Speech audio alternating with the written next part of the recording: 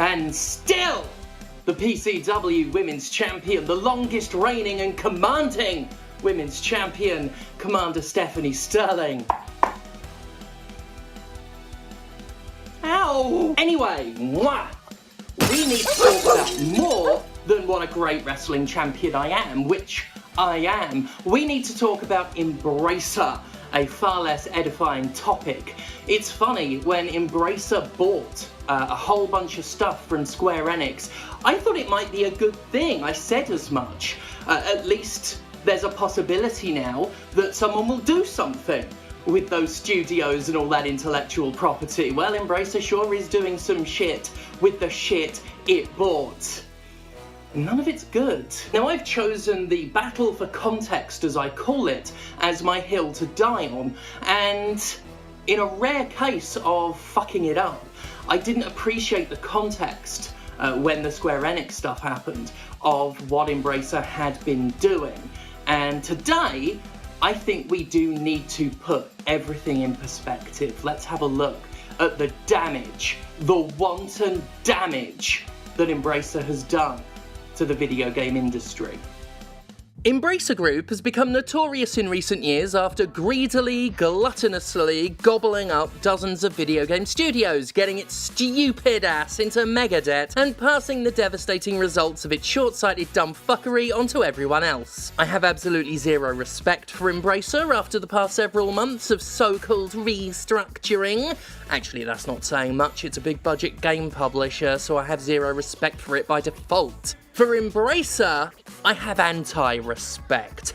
Not just for how it's absolutely fucking wrecked huge parts of the game industry and contributed to an increasingly horrific unemployment epidemic, but for just being a bunch of really fucking incompetent bastards whose reckless behaviour should have led to them deserving everything they got. Sadly, what they got was not just punishment for their behaviour, but away with it. That's what they got. Away with it. They're a bunch of dumb fucks, and I'm positively thrilled to discuss them in such an insulting, unprofessional manner. It's morally right to do so, and a heck of a lot of fun. Embracer CEO Lars Wingefors is a dumb fuck, surrounded by other dumb fucks in a dumb fuck company doing dumb fuck things. At the time of talking, Embracer Group has left an indelible scar on the video game industry, after buying up a huge portion of the business, closing dozens of studios that were doing just fine without them, and laying off literally thousands of people. Calling the result a scar really is the most fitting description. Embracer has scarred the game industry. It is a company that has unequivocally done more harm than good, a net negative for games as both a medium and a business. Also, they just shut down the first studio to have made a proper Alone in the Dark game since the 1990s. And I'm salty about it. The former THQ Nordic rebranded itself as Embracer Group in 2019, and in the year that followed, it began its acquisitions. Tarsier Studios, Saber Interactive, Decca Games, Palindrome Interactive, Rare Earth Games, Vermilla Studios, Foray Games, New World Interactive, Powwow Entertainment, Solar Media, 34 Big Things, Madhead Studios, Nimble Giant Entertainment, Sandbox Strategies, Snapshot Games, Zen Studios, A Thinking Ape Entertainment, Iugo Mobile Entertainment, Flying Wild Hog, Purple Lamp Studios, Silent Games, and Quantic Lab. All these were purchased either directly by Embracer or by one of its side hustles between its renaming in September 29 and November 2020. And that's madness. It would be proven as such over the next few years as Embracer continued to consume with no long-term consideration, hurtling as it gleefully did toward the fracturing of its own empire. And of course, the acquisitions only got bigger as time went on. Actually saying as time went on implies the company's catastrophic behaviour took place over a lengthy period. No, this has been like, what? Just over a 4-year period, with the bigger buyouts and subsequent collapse occurring over a time span of mere months. It really cannot be emphasised enough just how brief Embracer Group's corporate buffet lasted for the sheer amount it managed to shovel into its maw. 2021 saw it take Gearbox Entertainment, Easy Brain, Aspire, 3T Realms, Demiurge Studios, Fractured Bytes, Slipgate Ironworks, Smartphone Labs, Appeal Studios, Kaiko, Massive Mini Team, Frame Break, Crazy Labs, Ghost Ship Games, Easy Lazy Trigger Games, DigixArt, Grimfrost, Asmodee, Dark Horse Media, and Perfect World Entertainment. In 2022, gaming's Tyrannid Hive Fleet famously acquired Crystal Dynamics, Eidos Montreal, and Square Enix Montreal. Montreal? Why did I say that weird? Along with several IP that seller Square Enix was too shit to do anything useful with, including Tomb Raider, Deus Ex, and Thief. That year it also picked up Bitwave Games, Clear River Games, Gaiotech, Tatsujin, Limited Run Games, Singtrix, and Middle-earth Enterprises. Yeah, that last one, yeah, that really panned out for him. At the end of this intensely ridiculous spending spree and a $1 billion injection of Saudi blood money, Embracer Group was doing just fine. Right? I mean, it was buying so much shit. Right? It clearly had a plan for all those studios, and the blood money that had been invested into it was going to be a huge boon, right? Right? Well, no. It turns out that buying dozens and dozens of companies for no reason other than to simply have them isn't actually conducive to a healthy long-term business plan. Even stupider, Embracer was banking on a $2 billion investment deal that had only been verbally agreed upon, an agreement the potential investor walked away from after the negotiations fell through. As a direct result, Embracer's shares fell by 40%, which brings us messily to June 2023, the beginning of Embracer's massacre. Sorry, I meant Embracer's restructure. Companies under its existing THQ Nordic banner were the first to go: Campfire Cabal, Volition, and Free Radical. As part of its aggressive cost-cutting, layoffs were indulged in across other subsidiaries too, and it would just continue. By the end of 2023, there were almost 1,000 job losses and around 15 cancelled games, and it just kept going. Layoffs, closures. It seemed you couldn't go a week without news that Embracer had claimed another victim. By the time old Lars announced the restructuring was over, he and his company were responsible for 80 cancelled video game projects, 44 closed studios, and 4,532 lost jobs. I'm going to say that again. 80 game cancellations, 44 studio shutdowns, and 4,532 layoffs. 80 game cancellations, 44 studio shutdowns, and 4,532 layoffs. It cannot be repeated enough. It should be repeated often and loudly, and Embracer should never be allowed to forget it. Lars should have it tattooed on his fucking ass. 80 game cancellations, 44 studio shutdowns, and 4,532 layoffs. After all this, though, Embracer had managed to whittle down its absurdly racked up $2 billion debt to $1.5 billion. Wow. The savings make themselves. How amazing. Wow. Embracer's good at what it does. And by what it does, I mean act like a fucking cunt. Despite promising the slaughter was over, Embracer had one more throat to slit. Very recently offing Pieces Interactive and citing the disappointing performance of Alone in the Dark. Yeah, it didn't just inherit a bunch of studios from Square Enix, they picked up its pathetic below expectations song and dance routine too.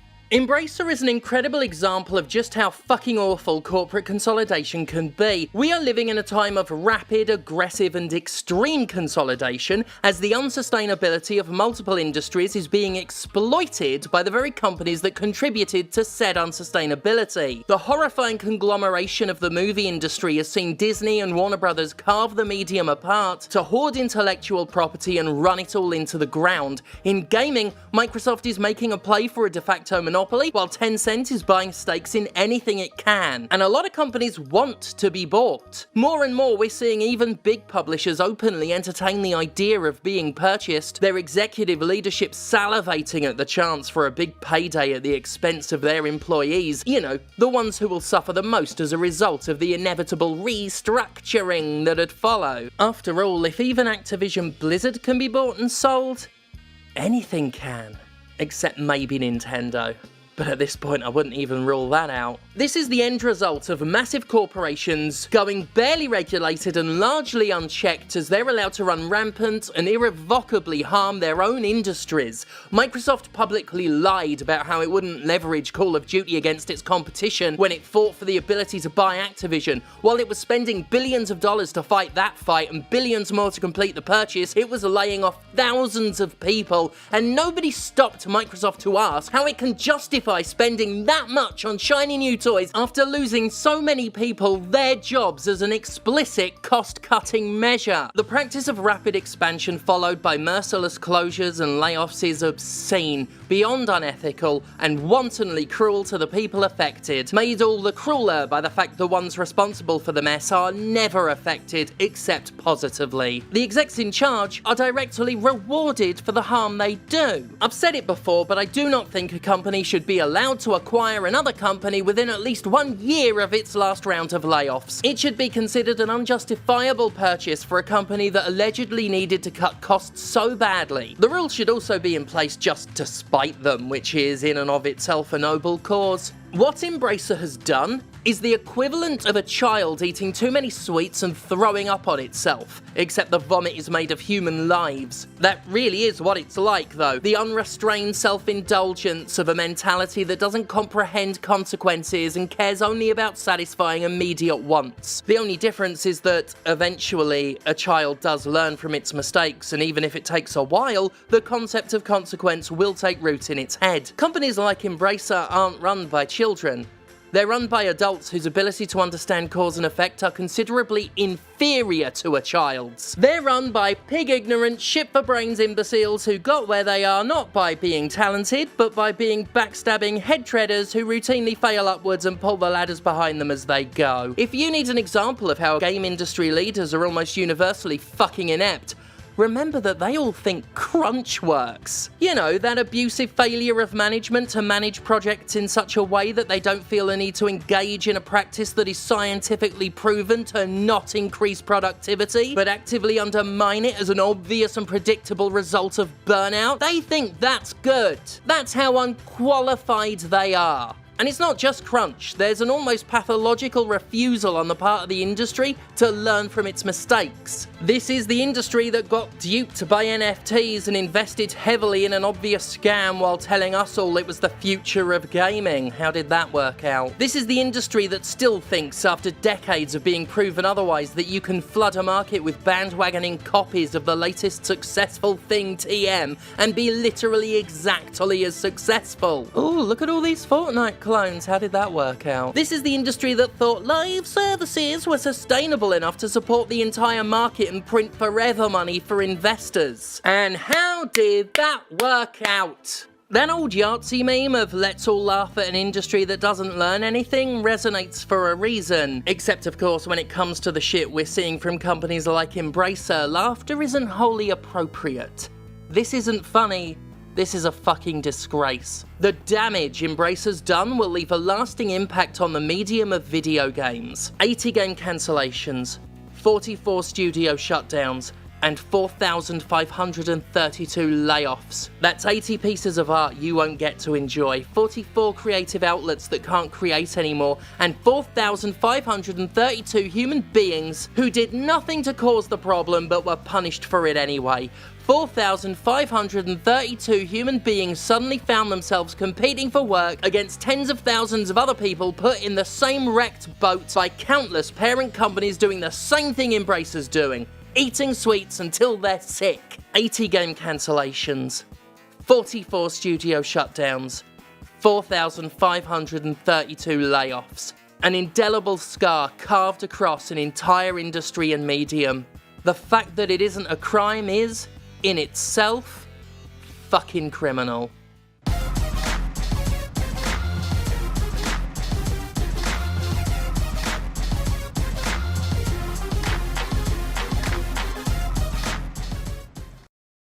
Embracer Group is a net negative for the video game industry. It needs to stop, it needs to get out, it needs to fuck off. The video game industry is full of executives living up to that trope of repeating the same thing over and over, expecting different results. And sometimes you've just got to admit that you're never going to change what's happening. You need to know when to fold them. On that note, thank God for me.